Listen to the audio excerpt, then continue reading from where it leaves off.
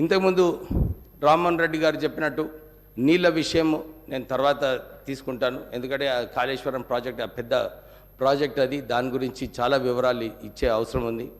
రాష్ట్ర ప్రభుత్వం ఆల్రెడీ రేవంత్ రెడ్డి గారు ఒక నిర్ణయం తీసుకున్నారు. దీనిలో కాళేశ్వరం ప్రాజెక్టులో ఒక ఎంక్వైరీ పెట్టాలి. ఎందుకు ఈ ప్రాజెక్టులో ఏదైతే ప్రాణహిత చేవల్ల గురించి మా నాన్నగారు అప్పుడు వెంకటస్వామి గారు కొట్లాడి ఈ ప్రాజెక్ట్ శాంక్షన్ చేయించారు అప్పుడు. ఎందుకంటే అప్పుడు కేవలం ప్రత్యేకంగా తెలంగాణ ప్రజలకు నీళ్ళు వస్తాయి, 33,000 కోట్ల ప్రాజెక్టుతో ఈ ప్రాణహిత చేవల్ల ఇంప్లిమెంట్ చేస్తే బాగుంటుందని చెప్పి అప్పుడు 11,000 కోట్ల రూపాయలు కూడా ఈ ప్రాణహిత చేవల్ల ఖర్చు పెట్టడం జరిగింది. కానీ కొత్త ప్రభుత్వం వచ్చిన తర్వాత గ్రావిటీతో వచ్చే ప్రాజెక్ట్ని తీసుకెళ్ళి కాళేశ్వరంలో పెట్టడము. ఇప్పుడు ఈరోజు కాళేశ్వరం ప్రాజెక్టులో ఏదైతే 5 సంవత్సరాలలో 1,200 టీఎంసీ నీళ్ళు ఏదైతే తెలంగాణ ప్రజలకు రావాలో దాంట్లో కేవలము 40-50 టీఎంసీలు ఇవ్వడం జరిగింది.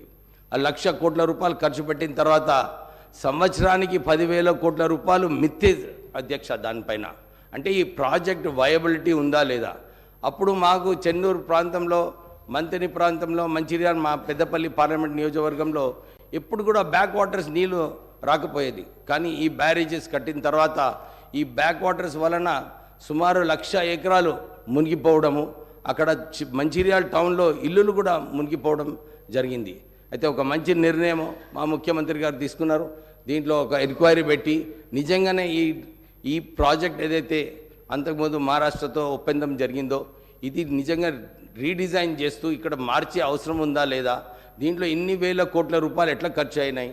కాంట్రాక్టర్ అప్పుడు అందరికి కూడా అనుకున్నారు తెలంగాణ కాంట్రాక్టర్స్కి ఈ ప్రాజెక్ట్ లభిస్తుందని, కానీ మనం ఇచ్చింది ఈ కాంట్రాక్ట్ ఆంధ్ర కాంట్రాక్టర్స్కే. వాళ్ళు లాభం పొందారు, వాళ్ళు ధనవంతులు అయ్యారు, కానీ తెలంగాణ కాంట్రాక్టర్స్ ఎవరు కూడా ధనవంతులు కాలేదు.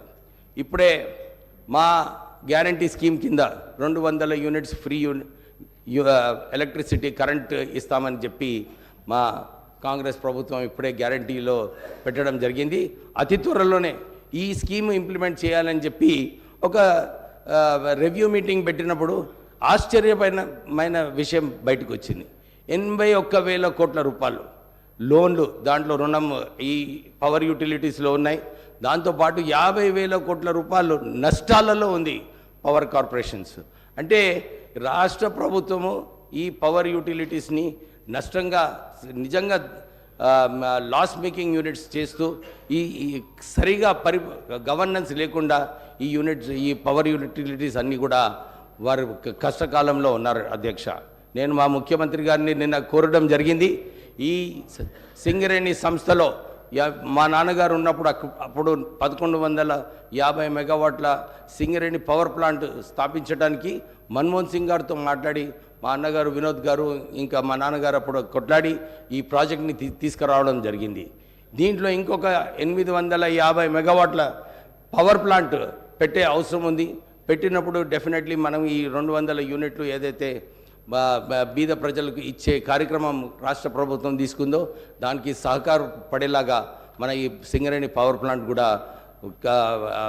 సపోర్ట్ చేస్తుందని చెప్పి ఈ సభకు అధ్యక్షకు మీకు కోరుతూ, ఈ ప్రత్యేకంగా ఈ 10 సంవత్సరాలు ఒక నియంతృత్వ పాలన ఉండే.